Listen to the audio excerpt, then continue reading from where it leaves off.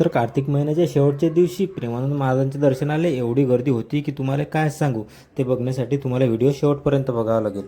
तर काय म्हणता मग मित्रांनो, सर्वांना राधे राधे. आपण निघालो आज वृंदावनला प्रेमानंद महाराजांच्या दर्शनासाठी. तर सर्वात आधी आपण आलोय बांद्रा टर्मिनसला. तेथून ट्रेन पकडून दुसऱ्या दिवशी आपण पोहोचलो थेट मथुरा स्टेशनला.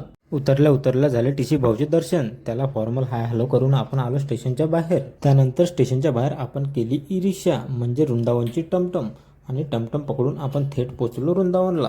रूमवर फ्रेश होऊन संध्याकाळी निघालो इस्कॉन मंदिरात श्रीकृष्ण आणि दाऊभायांच्या दर्शनासाठी. या मंदिराची एक खासियत आहे, इथं भारतीयच नाही तर विदेशी लोक सुद्धा रामकृष्ण हरीच्या रंगात रंगतात.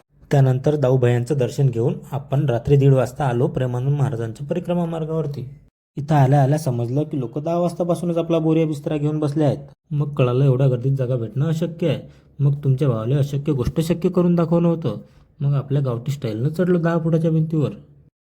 आणि मित्रांनो, तुम्हाला काय सांगू, हिंमत करून चढलो तो खरं भिंतीवर, पण एवढी गर्दी होती की कोणी मागच्या साईडनं लोटलं तर डायरेक्ट स्वर्गातच जाणं होतं. मग राधे राधे म्हटलं आणि बसलो हिंमत करून. तेवढ्यात वाजले 3 आणि आला ना भाऊ आपल्या राधाराणींच्या आवडत्या प्रेमानंद महाराजांचा ताफा. महाराजांना बघितल्या साक्षात पंढरीच्या विठ्ठलाचं दर्शन झाल्यासारखं वाटलं. मग कळालं लोक महाराजांना देव का म्हणतात. मग मित्रांनो, शेवटी झाले आपले प्रेमानंद महाराजांचे दिव्य दर्शन आणि आपण निघालो रूमवर. तर मित्रांनो, कसा वाटला व्हिडिओ? आवडला असेल तर पटकन लाईक करून टाका. भेटू पुढच्या ब्लॉगमध्ये.